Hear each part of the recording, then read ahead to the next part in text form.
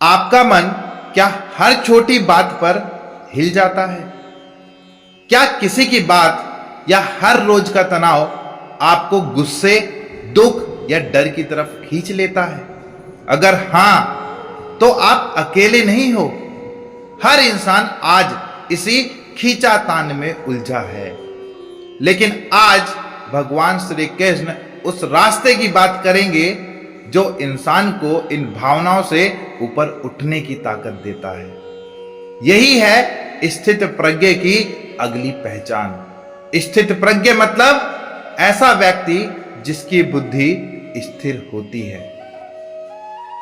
तो श्लोक नंबर 57 का अर्थ है कि जो व्यक्ति हर जगह से आसक्ति मतलब होता है अटैचमेंट, जो व्यक्ति हर जगह से अटैचमेंट को त्याग देता है, शुभ अशुभ जो भी मिलता है उसमें न खुश होता है न दुखी, वही स्थित प्रज्ञ होता है। आज हमारी हालत यह है कि अगर कुछ अच्छा हुआ तो झूम उठते हैं, अगर कुछ बुरा हुआ तो टूट जाते हैं। पर जो असली ज्ञानी होता है ना, वो सब कुछ स्वीकार करता है, न ज्यादा खुश होता है न दुखी, वो बस स्थिर रहता है। ऑफिस में प्रमोशन मिला तो उड़ गए, एक गलती हुई तो खुद को कोसने लगे। ये भावात्मक झूले ही दुख की जड़ हैं। कृष्ण कहते हैं जो इन दोनों में स्थिर रह सका वही सच्चा योगी है। श्लोक नंबर 58 का अर्थ है कि जैसे कछुआ अपने अंगों को अंदर कर लेता है, वैसे ही जब मनुष्य अपनी इंद्रियों को विषयों से हटा लेता है तभी उसकी बुद्धि स्थिर होती है।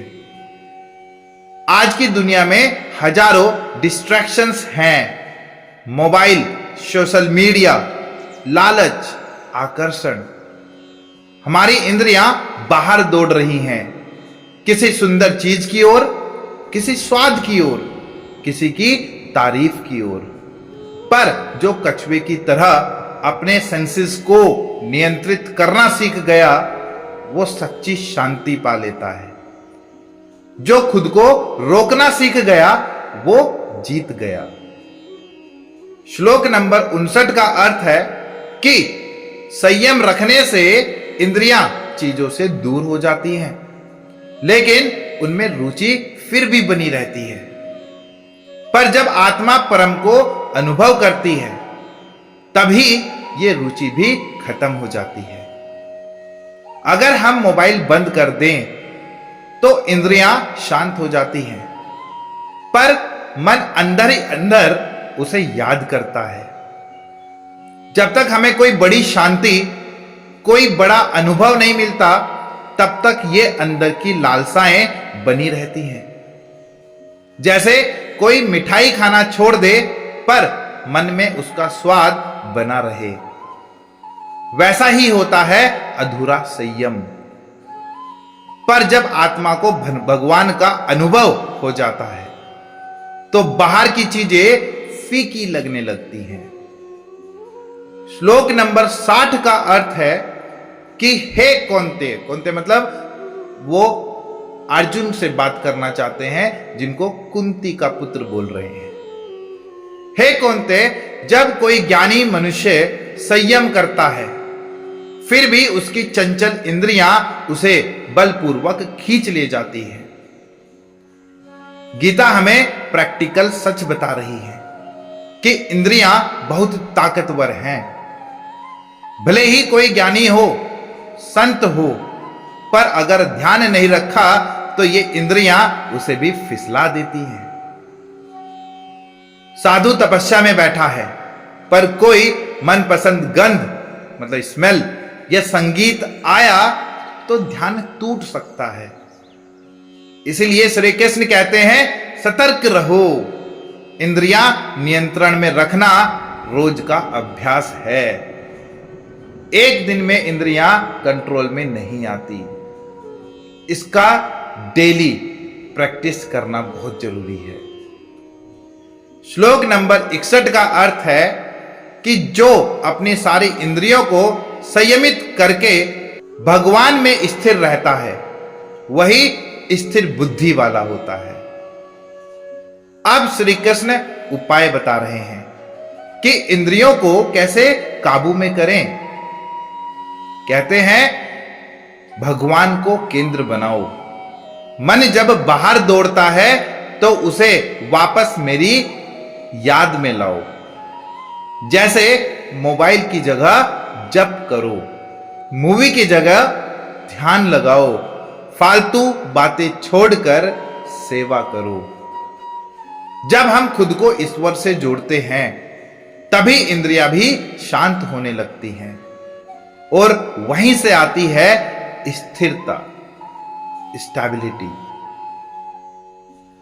श्लोक नंबर 62 का अर्थ है कि जब मनुष्य चीजों का चिंतन करता है तो उसमें अटैचमेंट पैदा होती है। अटैचमेंट से कामना जन्म लेती है और कामना पूरी ना होने पर क्रोध आता है, आदमी गुस्सा करने लगता है। श्री कृष्ण अब एक मेंटल चेन रिएक्शन बता रहे हैं।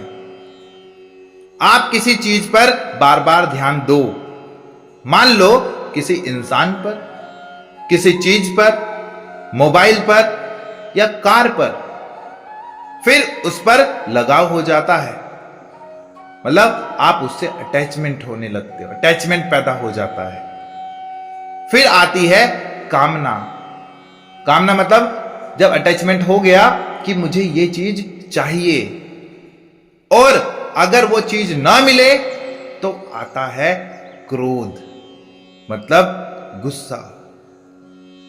आपने किसी की सक्सेस बार बार देखी, फिर इच्छा जगी कि मुझे भी वैसा बनना है, पर जब न मिला तो होता है गुस्सा, जलन, होता है दुख। श्री कृष्ण कहते हैं कि सब दुखों की शुरुआत चिंतन से होती है। जैसे बीज से पेड़ बनता है वैसे ही सोच से संकट पैदा होते हैं। आज हम इंद्रियों के पीछे भागते हैं और जब दुख आता है तो भगवान को दोष देते हैं। ये आज की सच्चाई है। गलती आपके इंद्रियों की, लेकिन ब्लेम भगवान को दिया जाता है। लेकिन गीता कहती है कि मन की लगाम अगर तुम्हारे हाथ में है तो जीवन तुम्हारे काबू में है। लगाम छोड़ी तो दुख मिलेगा और लगाम पकड़ी तो शांति, शक्ति और सच्चा सुख मिलेगा। धन्यवाद।